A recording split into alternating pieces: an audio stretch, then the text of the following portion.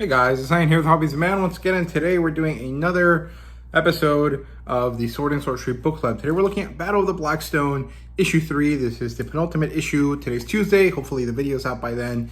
And it's been nearly a month since this came out, basically. And issue 4, which is the end of the series, comes out tomorrow, Wednesday. But I won't publish a review for it until Thursday, assuming I get a physical copy of it, right? So I want to explain myself a little bit. The reason I haven't done anything for this channel in a while is because October was a difficult month. I lost stress from school because I am doing an MBA right now. And then my family dog passed away near the end of this of October. And that really messed me up for a few days, honestly, for quite a while. And then I had to do some prep for the main channel. I had to do a bunch of videos that I didn't really feel like doing, but if I didn't do them then, I was gonna have to do them in December, and I just didn't want to deal with that at the time. So I just grinded it out and kind of forgot that I had to also do stuff for this channel. Along the side of that, or beyond that, there was another issue, which is that for whatever reason, my comic book store has difficulty getting copies of the Battle of the Blackstone. It's the only book that it happens with. And they couldn't get me a physical copy. I asked them about it last week, and they were like, yeah, it turns out that it may be a distribution issue caused by the fact that Diamond has changed from a 2 warehouse model to a single warehouse model. And within that change, moving things around, a few orders for a few different groups of people got, put incorrectly, placed incorrectly, and so they weren't sent out on time. And so this might be an issue. I don't know if that's true or not. It is what it is. But that was one of the possible explanations for the problem.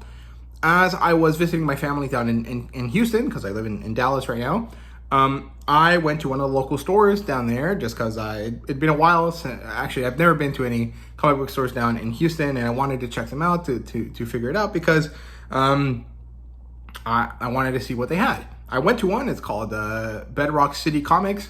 It's actually in Katy, not Houston, but whatever, it's close enough. And they had a bunch of awesome stuff there. One of the things that they had was a copy of this. So I quickly called my local comic book store, the ones here in Dallas, which is Comic Asylum.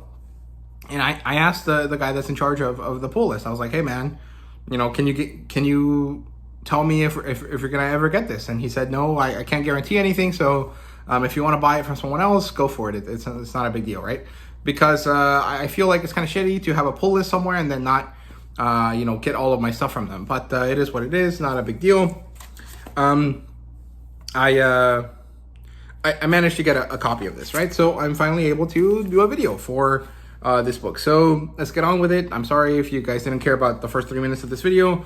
It is what it is. I thought it'd be meaningful to those of you that do care. So yeah, this is a great issue. It's Conan the Barbarian, Battle of the Blackstone, number 3 by Jim Sub, Jonas Schwarf, and João Canalo. I think he recently followed me on Instagram, or maybe it was in Twitter, I can't remember, but João, you did a great job in this issue if you're watching, so thank you very much.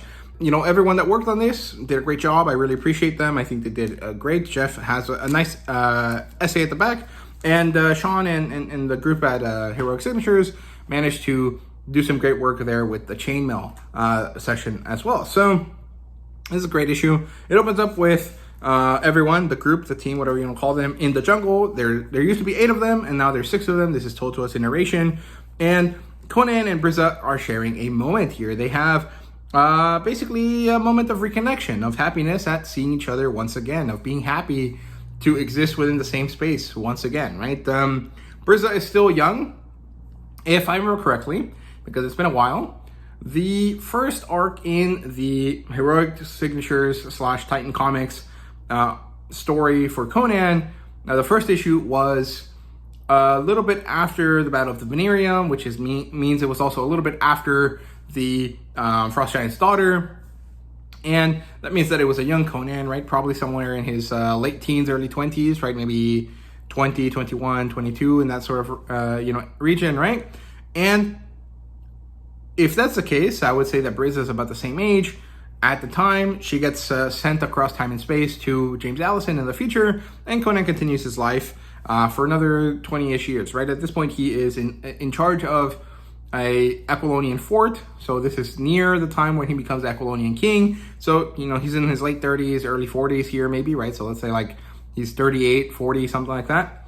And so Conan has lived a hard life at this point, and Briza is still young, and they are happy about reuniting, and Briza comments on the fact that he is an older man now. He has more scars and a more wizened face, right? He is he is more fucked up because of age, but it hasn't changed who he is.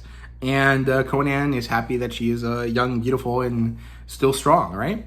And he tells her, yeah, I drink deeply from the wine of life, and it never quenches my thirst. And he doesn't really know if that's good or not. And I think that this echoes a conversation he has with Belit, right? So this is really cool. I like that.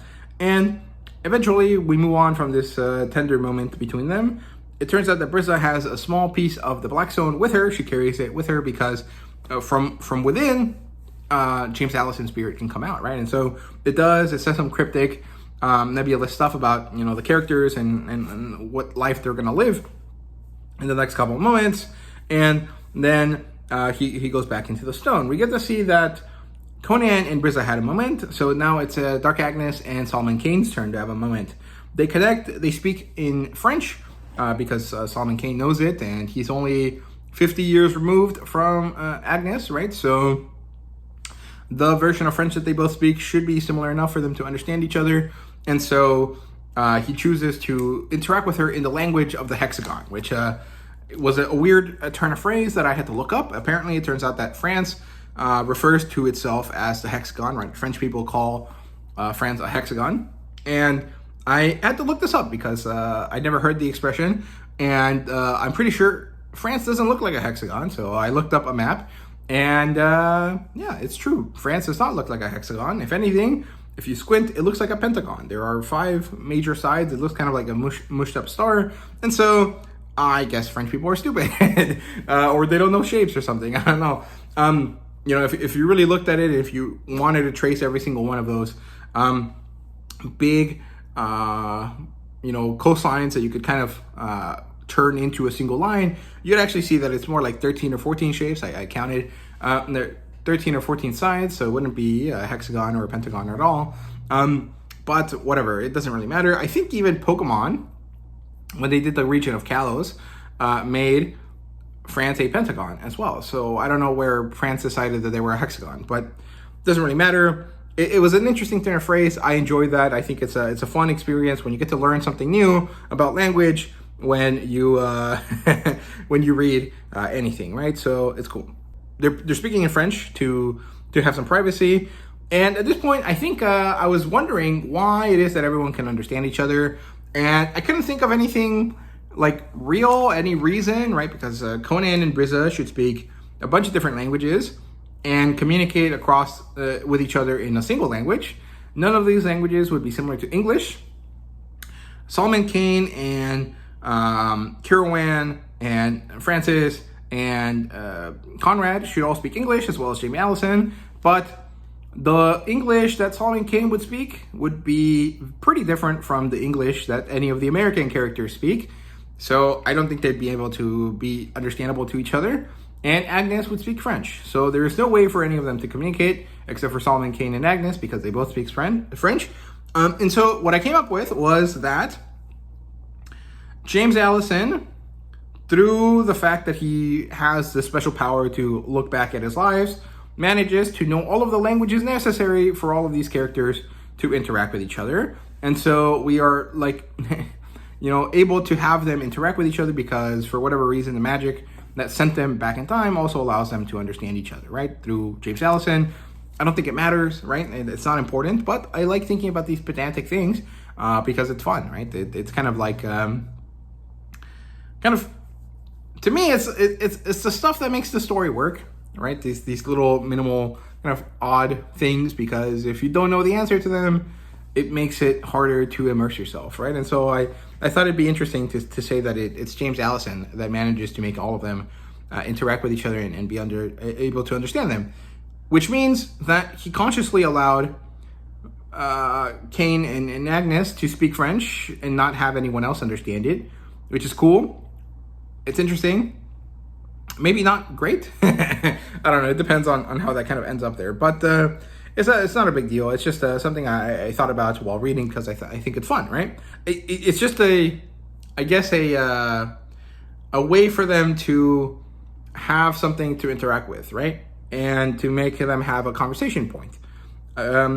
We see that this kind of ends there, and we move on to the next team, which is the Johns, and they're talking. Conrad wants to write everything down. He wants to document his experience, but every time he does, he realizes, damn, dude, none of this makes any sense. No one's going to believe this. It sounds like the ravings of a maniac.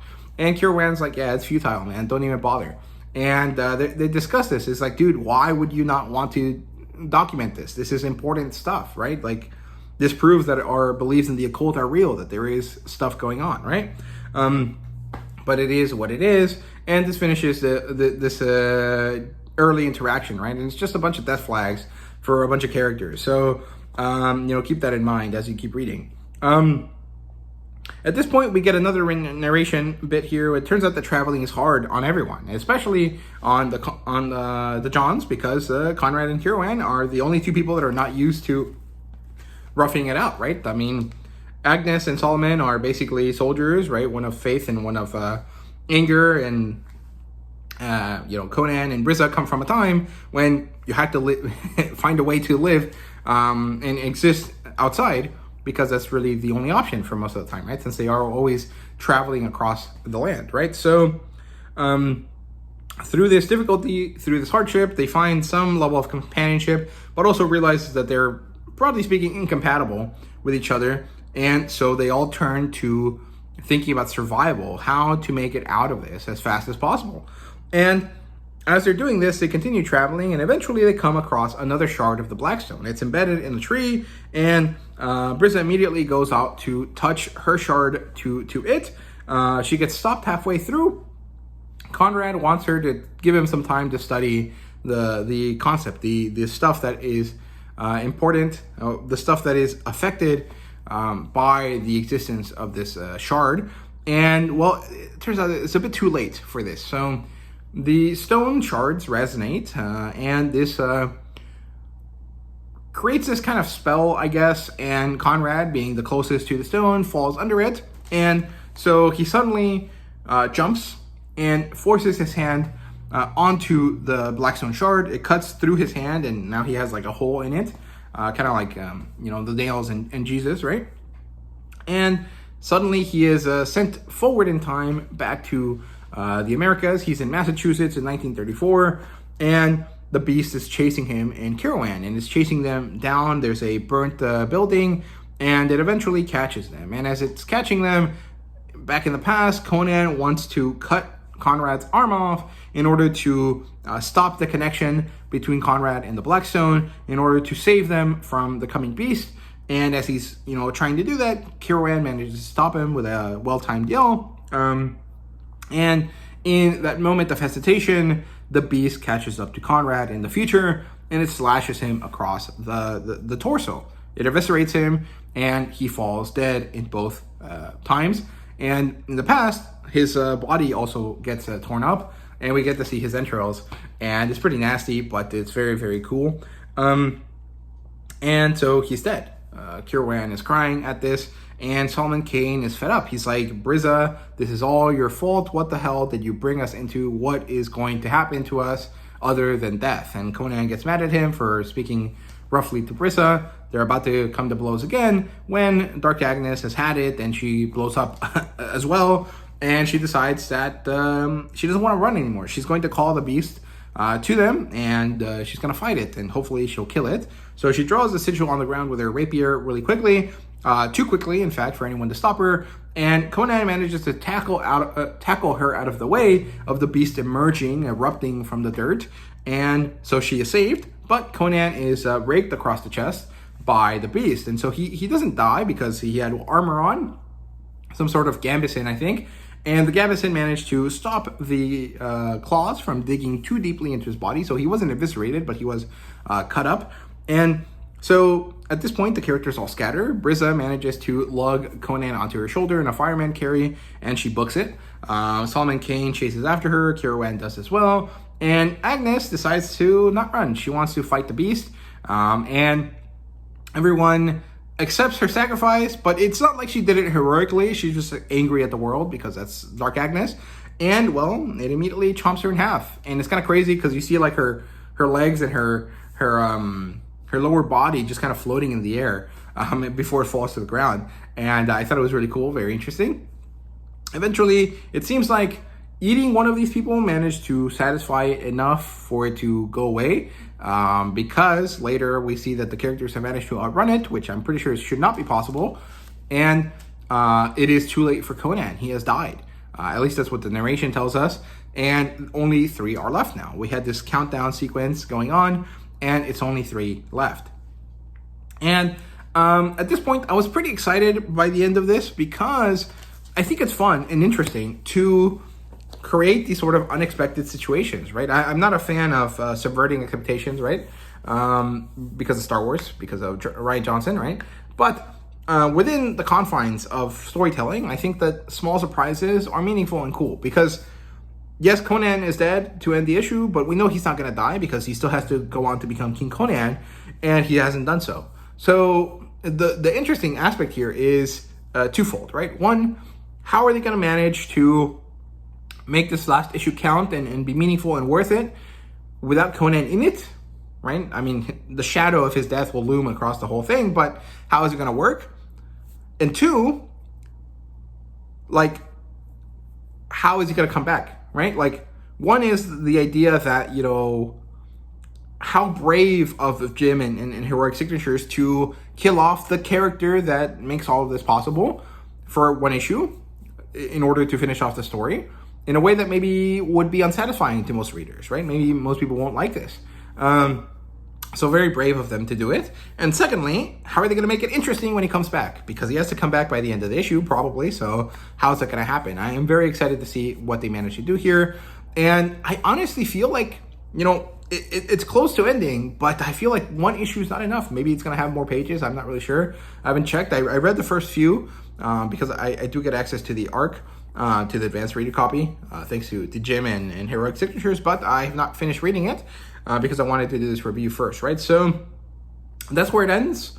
Broadly speaking, I really enjoyed it. I think that the writing is great. Jonas Schwartz's artwork is awesome, and João Canola manages to do a really great job here. I like him better than the main series, colorist, and I appreciate something that I noticed in this case that I hadn't noticed before, which is the way that he colors in people's eyes. You know, they're all distinct colors, but Conan specifically look very, very blue, like a ridiculous, blue, like a very unnatural blue in a way that is very compelling and interesting because the way that Jonah draws Conan makes him have a very defined brow ridge and a very big nose. And so his eyes kind of fall away. They're kind of hidden, but with the color choice that João had, it makes his eyes very visible. And there's a scene or two specifically where you see his eyes very, very clearly.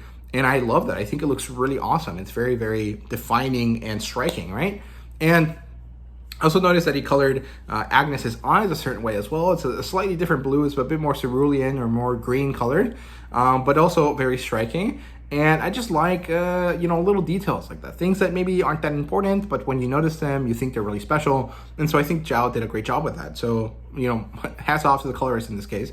And to end off the issue, we have Jeff with an essay about the Johns, Conrad and Kirawan. He tells you a little bit about their history, where they come from. Basically, it's an idea that Robert E. Howard came up with after interacting with Lovecraft, right? They become friends.